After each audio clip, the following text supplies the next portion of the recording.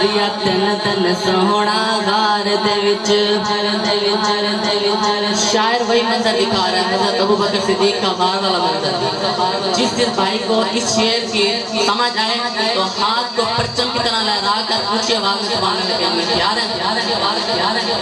ریا تن تن سونا غار دے وچ مصروف ریا دیدار دے وچ ریا تن تن سونا غار دے وچ مصروف ریا دیدار دے وچ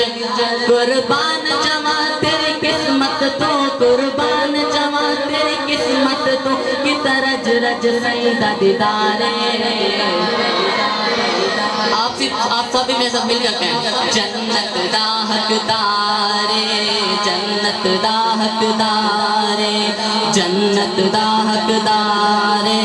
جنت دا حقدارے او دوزک کولوں دور ہو سی وچ جنت دے او ضرور ہو سی او دوزک کولوں دور ہو سی وچ جنت دے او ضرور ہو سی ختم نبوت دا جیڑا اللہ پاک سے دعا ہے کہ جو بندہ اس شعر کے ختم ہونے سے پہلے اپنے ہاتھ کو پرچم کی طرح لہرا کر اونچی آواز میں سبحان اللہ کہے گا اللہ پاک اس کے بیٹے کو ختم نبوت کا مجاہد بنائے گا یاد ہے آپ سب ختم نبوت دا جیڑا ختم نبوت دا جیڑا شخص وچوں کی دارے جنت دا حقدارے جنت دا حقدارے جنت دا حقدارے